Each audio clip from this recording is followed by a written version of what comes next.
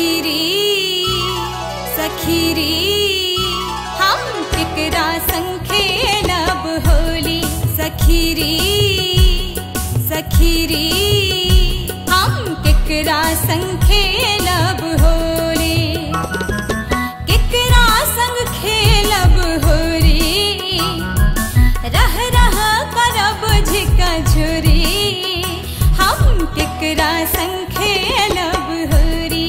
सखीरी केकरा संग खेलब होली।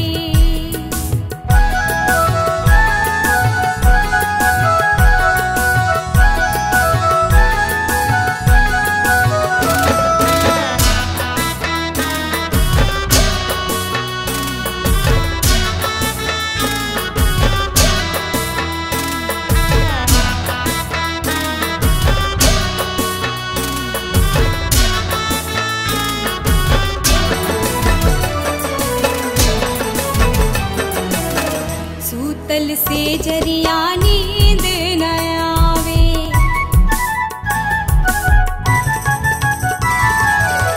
कुह के कोयलिया चैन न पावे।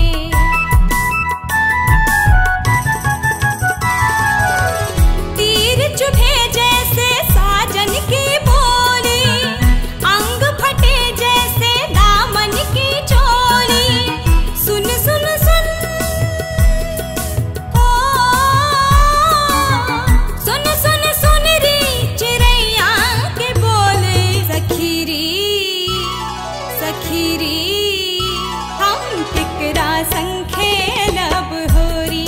सखीरी सखीरी हम केकरा संग खेलब होरी।